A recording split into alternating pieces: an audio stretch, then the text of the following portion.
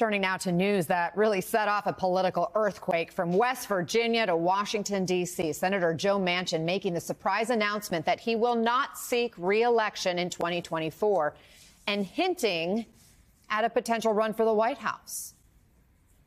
What I will be doing is traveling the country and speaking out to see if there is an interest in creating a movement to mobilize the middle and bring Americans together. Joining us now, former Republican Congressman Charlie Dent and former Democratic Congressman Steve Israel. Good to see you, gentlemen. Happy Friday. So, Congressman Dent, what went through your mind first when you saw this news break about Manchin? Well, I thought Joe Manchin did a great service to this country. He was one of the too few people in the United States Congress trying to keep the Senate together. He has repeatedly done things to try to help, say, take the bipartisan infrastructure bill. He was among the key leaders on that proposal. I mean, he's just been at the center of all these fights, and I applaud him. And he's a rare breed. He was defying political gravity all these years. Winning in West Virginia State, I think Trump won by about 40 points, and Joe Manchin somehow would win.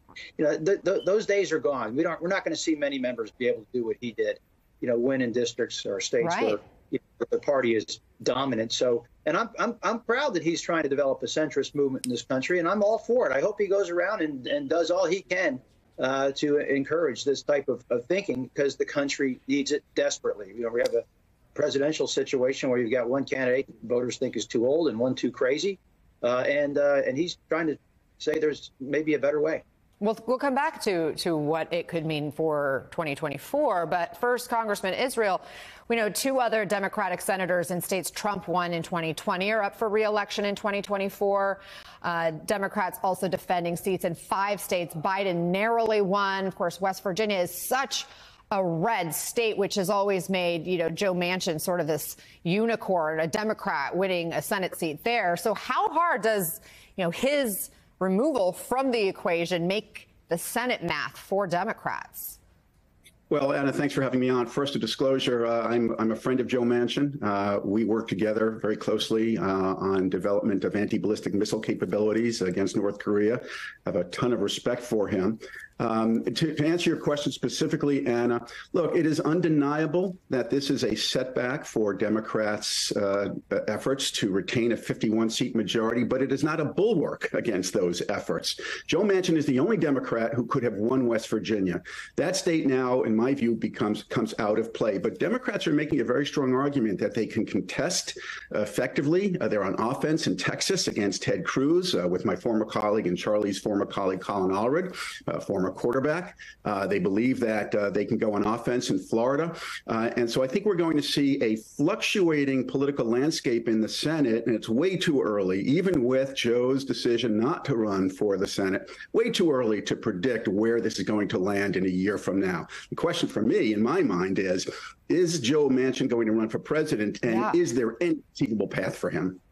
And so let's talk about that, because it does seem like he hinted that may be where his head is at, where he may be headed. Congressman Dent, even after Manchin's announcement, almost immediately, there was already a draft committee that reportedly formed hoping to encourage Manchin and Utah Senator Mitt Romney to launch a third-party presidential bid. Do you think there's an appetite for that kind of a presidential ticket right now? Well, I also want to disclose I'm a good friend of Joe Manchin's as well. Worked with him on many issues on government shutdown. Well, look, he's friends with Republicans and Democrats. You're proving the point, right, about what we're talking about, a third party. Well, he's a wonderful guy. Look, I have never seen the ground so fertile for an independent third party movement as I have today. As I said a few moments ago, much of the country is very dissatisfied with the choices of the two major parties. I think one's too old and one's too crazy.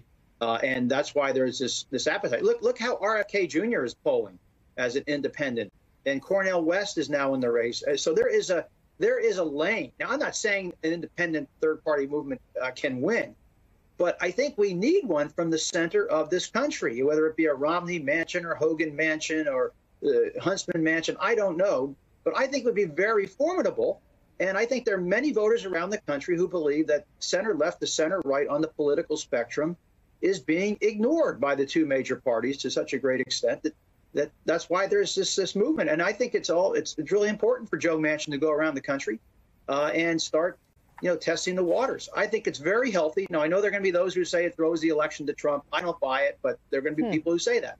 And but I think this is good for the country. We need something like this, and it's long overdue.